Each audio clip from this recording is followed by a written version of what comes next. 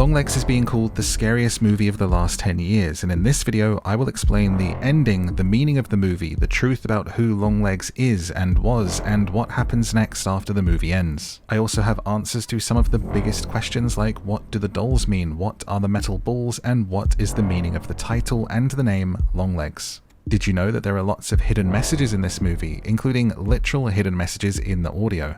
I've got all of this covered and more in the ultimate Longlegs Explained. If you're new here, I'm MadMorph, a content creator, and this is my channel where I talk about movies and TV, so like and subscribe for more. The opening scene to the actual film is super creepy. A car pulls up to the house and a girl comes out to investigate. As she looks around, it's the first time we hear Longlegs calling Cuckoo from behind. She turns around and we see him duck behind the house quickly. This cuckoo call that he does is really important, and I don't think I've heard anyone talk about the significance of it. I'll get into it at the end. She finds him and he drops one of the creepiest opening lines ever. There she is, the almost birthday girl. It seems I wore my long legs today. He ducks down into the frame and it cuts quickly to the opening credits. They've created this real sense of anticipation around what Nick Cage's character is going to look like in this film. The marketing around the movie is A+ anyway, it's been amazing, and this whole thing with his face is reminding me of the What is the Matrix trailers and also some of the very scary marketing surrounding the Blair Witch. We cut to Micah Monroe as Agent Lee Harker, out with her partner going door to door and looking for a killer.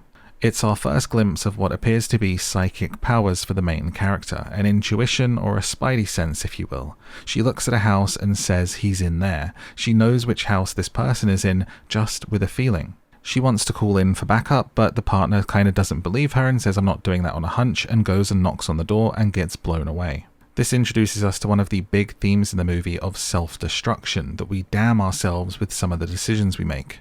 She heads inside and finds this dangerous suspect now readily giving himself up to be apprehended by Lee.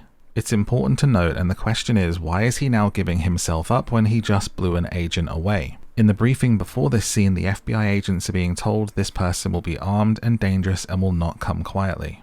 So why does he blast one agent but give himself up to Lee? We'll answer this later.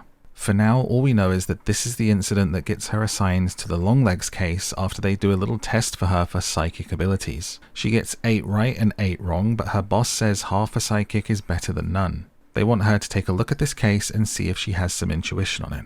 She gets familiar with the case, and we're told that there's been 10 families killed, and there is no evidence that anybody else is ever in the house. The fathers are the ones doing this and ending their entire family and then themselves.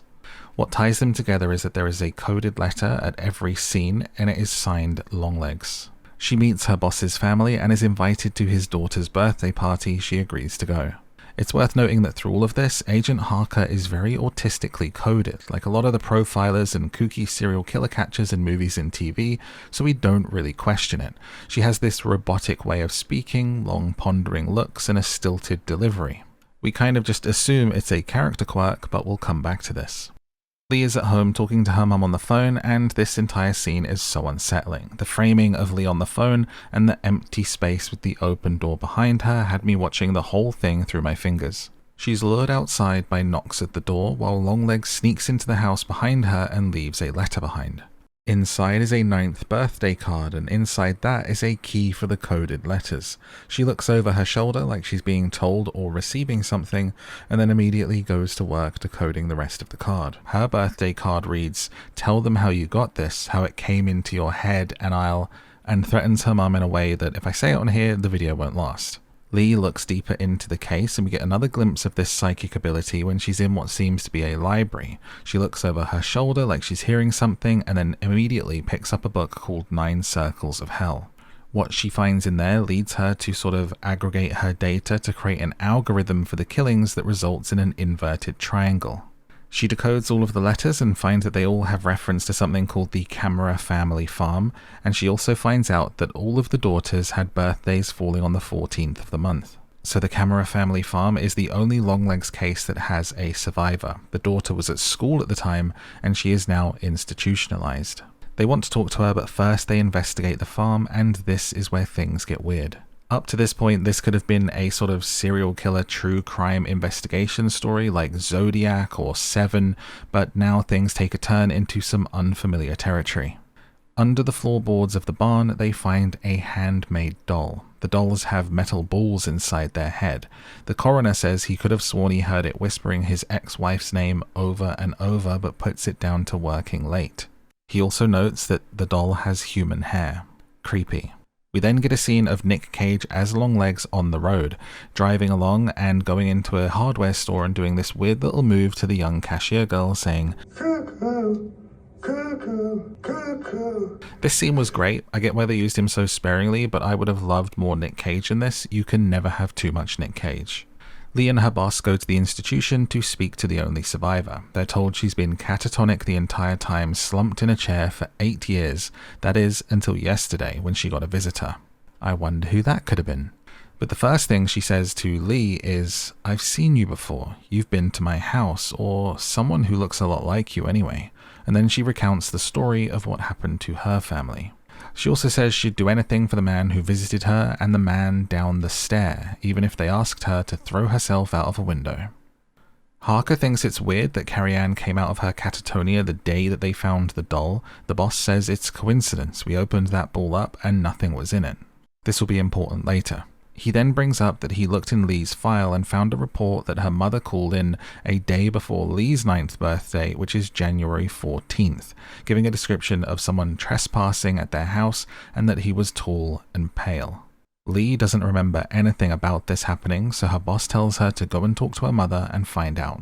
She visits her mum, and her mum seems to be pretty kooky. She's also a hoarder, living in a house filled with things. When in the kitchen to make her some food, Lee finds a bag of teeth marked Lee 10 years. Her mum really doesn't get rid of anything. She notices a closed door and like a cockroach or some kind of bug crawls out from underneath. And then she asks her mum if she remembers her 9th birthday. She says, "I don't remember anything. Do you?" She asks who visited, and she says nobody ever came to visit us. She says to Lee, "I may have forgotten for both of our sakes, but I never threw anything away. All of your things are in your room." I think this is an important moment that will become more clear later, because it seems like the mother goes into a bit of a trance when she says she doesn't remember. She sort of closes her eyes, and it feels like she either can't or she isn't allowed to say anything more. But instead, she says all of your things are in your room. It's like she has been hoarding everything in the hopes that one day Lee can see things for herself. Lee goes up to her bedroom and finds a photograph that she took of Longlegs when she was a kid. We then flash back to the beginning of the film, and we understand that it is a young Lee Harker as Longlegs comes over to talk to her.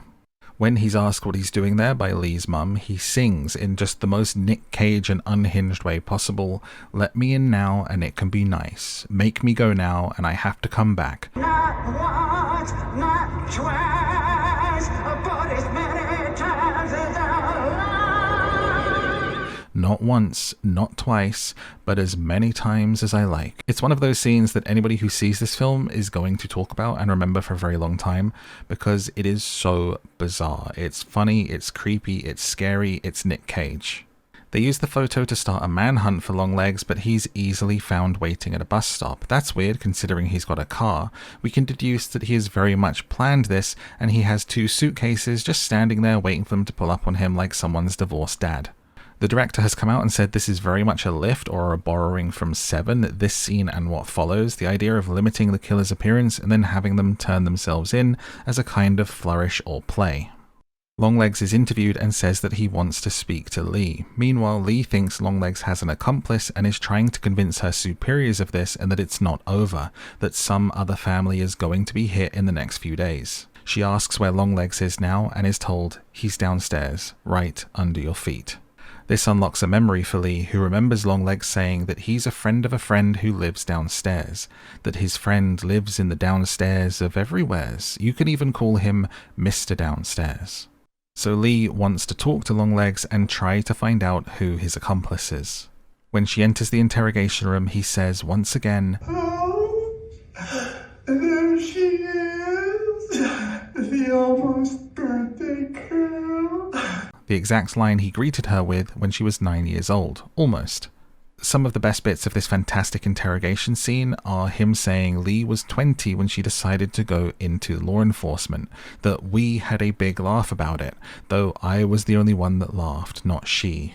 He gets asked who she is, and he says the seventh she, given the same choice that they've all been given.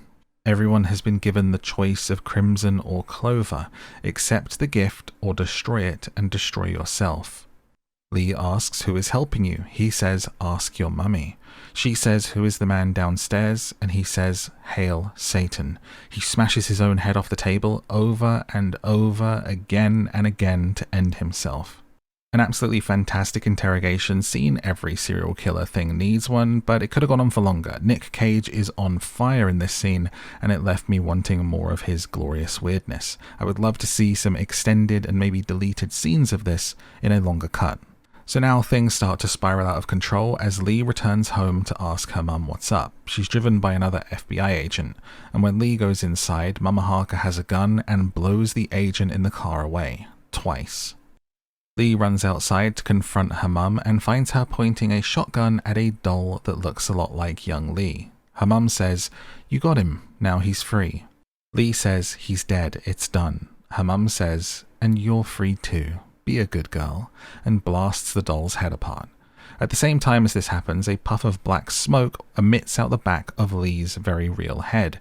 We see the same black stuff coming out of the doll's now destroyed head. Whatever was in the balls that was in the metal doll brains is sort of dissipating out into the sky. This makes Lee dizzy and she passes out. We flash back to her in bed being hugged by her mother as she tells her a story of how one day a man came to the house, a doll maker. He started his work, his terrible magic, the work of the devil. The doll made the girl forget where to look, what not to see. The devil wanted the little girl, but her mother could never let that happen. It's revealed that when Longlegs showed up all that time ago, he took the mum hostage and that she begged for her daughter's life, agreeing to help Longlegs as long as Lee was spared. It's revealed that her mum has been the one visiting the homes, delivering the weird dolls, saying that they were gifts from the church while dressed as a nun. She says all she had to do was get the dolls inside and then watch to make sure that things went the way that he wanted them to. Basically, the devil and Longlegs' influence is hiding inside these dolls. And once it's inside the house, it slowly drives the family and particularly the father crazy until he does what the devil wants him to do. Lee wakes up in the lair of Longlegs and hears a phone ringing. She comes upstairs to reveal that Longlegs' lair is in the basement of her childhood home. He's been right under her feet all along. Just like earlier when she asked the agent, where is he now? And she said, right under your feet. He's been there since she was 9 years old, the whole time quite literally, and every time she's visited her mother since. Creepy. She answers the ringing phone and is told by a demonic voice that she is late for the birthday party. She finds Longlegs' car hidden under a tarp outside her mother's house and drives to the boss's daughter's birthday party. But she's a bit too late. They're already acting weird and clearly under the influence of whatever the devil magic is, and Ruby is sat there playing with the doll. And what's worse is that her mother is here sat looking creepy on the sofa, ready to watch what's about to happen. Carter takes his wife to the kitchen to cut the birthday cake, but we hear him cutting wifey instead. While Lee asks why her mum is doing this, and the mum says that unless all of the family die, we'll twist and burn in hell forever. I'm doing this for you like I've always done, that I'll do it again and again till I see a beast rise up out of the sea, hail Satan. Carter comes back with the knife to try and get to the child, and Lee shoots him.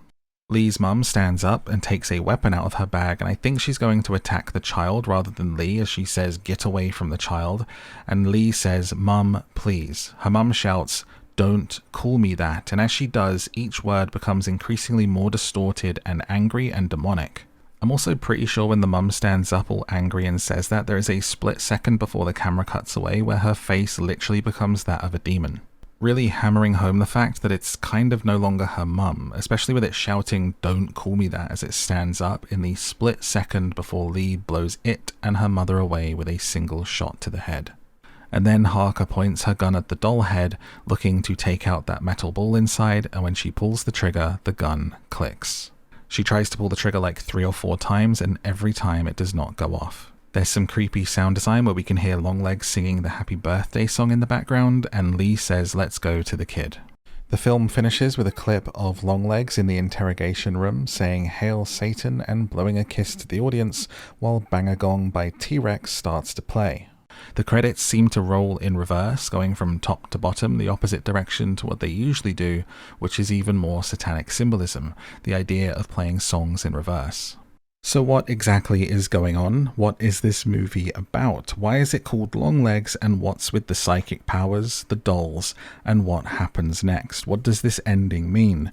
Is it over, or does Lee now work for the man downstairs? Let's get into it.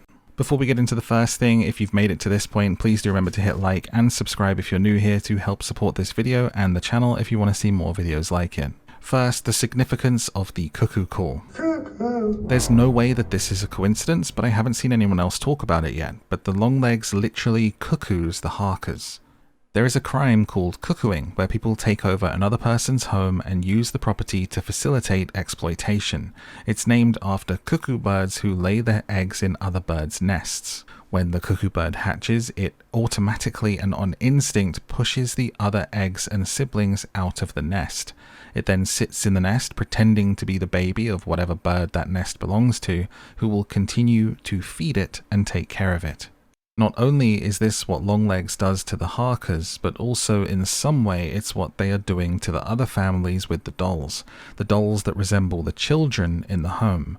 In a way, they are cuckooing Satan into these people's homes, lives, and ultimately leading to their destruction.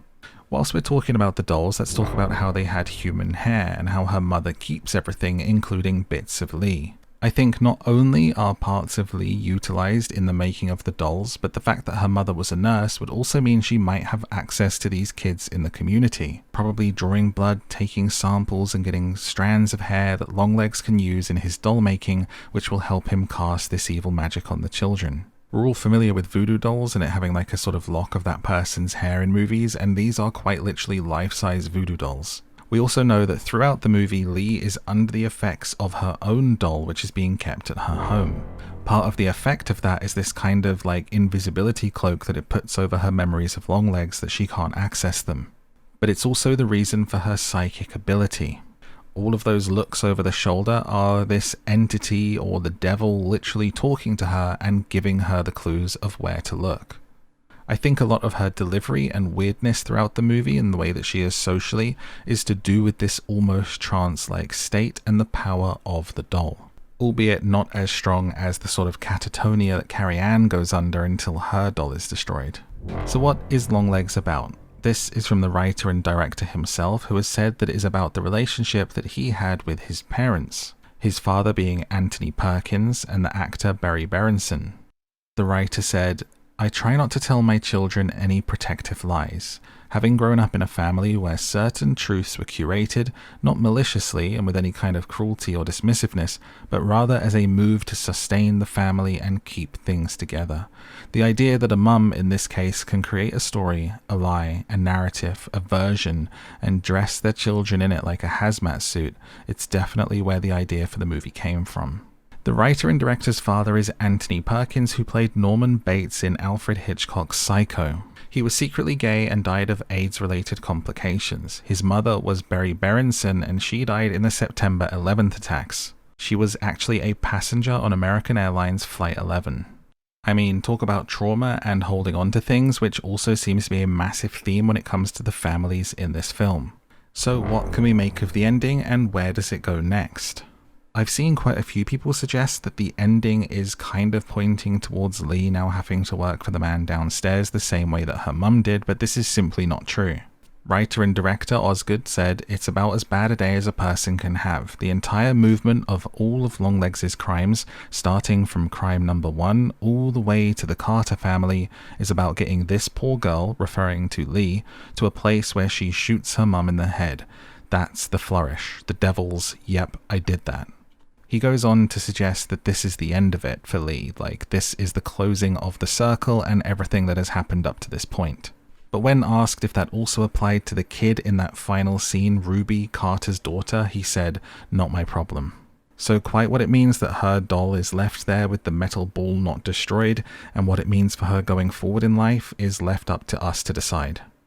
There's a lot of glam rock references in this movie, and part of the character of Longlegs is that he was formerly a glam rocker, hence the singing, the way that he dresses, and his eccentricities. Oz Perkins said he had never heard T-Rex before and discovered them whilst writing the movie. They became like angels to him, as he called them, his muse whilst writing. And the white makeup that Longlegs wears is taken from Bob Dylan during his Rolling Thunder review tour. Another thing people might not realize is that a lot of the sound in the film is actually reversed. The supervising sound editor said that they took a lot of inspiration from the satanic accusations against music at the time about playing music backwards and hearing subliminal messages. So hidden in the soundtracks and the creepy sounds are quite literally subliminal messages in reverse, like give Longlegs a good score on Rotten Tomatoes, and then they went deeper into it, researching demon summoning and putting a lot of stuff of that in the movie. One of the big sounds that plays throughout is a reversal of him stomping up and down his own stairs to play into the symbolism of the man downstairs and Longlegs literally living in the basement. So why is it called Longlegs? The writer and director said they just liked how it sounded. We writers like words, how certain words sound and look, the shape and feel, and Daddy Longlegs has a creepy crawly aspect to it, but also feels 70s to me, like a Led Zeppelin song. It doesn't fully fit, and it's more alluring to me and creates a curiosity. I like that, although a little disappointed it doesn't have some super deep meaning, but it also kind of does. It's got this creepy connotation of a Daddy Longlegs in a movie where fathers are committing these crimes, and the character of Longlegs could even be considered like a daddy to Lee downstairs.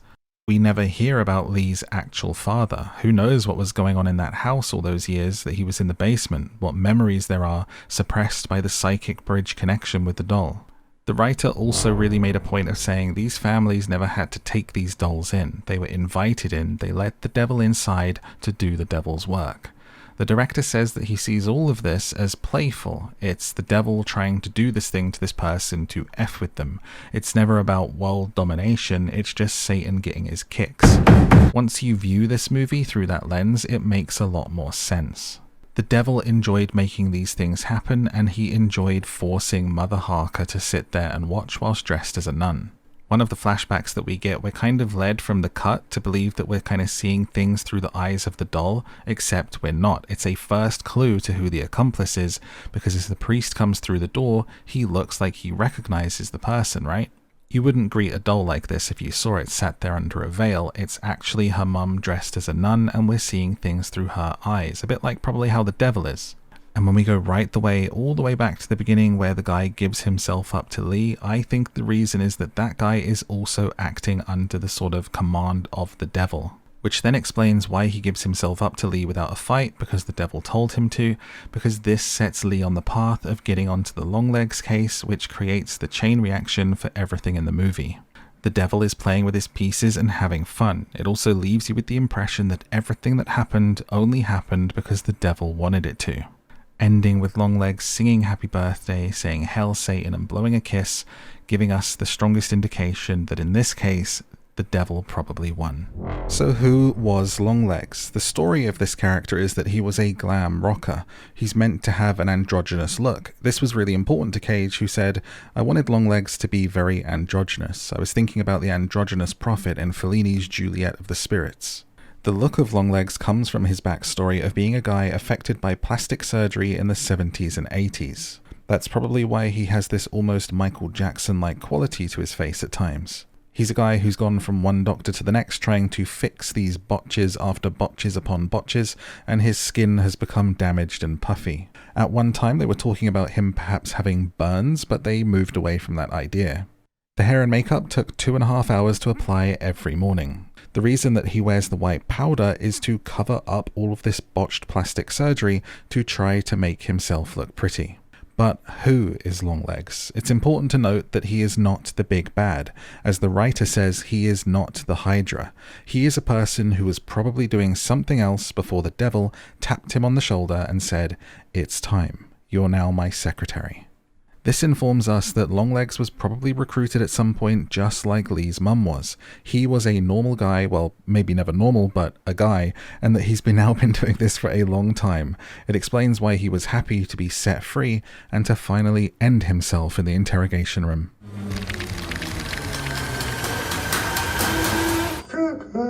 And that's the truth about Longlegs and the ending explained. What did you think of this movie? Let me know in a comment, and if there's anything else that I missed, I might do some follow-up videos on this, so let me know in the comments as well. And be sure to like and subscribe for more videos like this one. There are some videos on the screen if you want to check out some more from me, and until then. Hail Satan.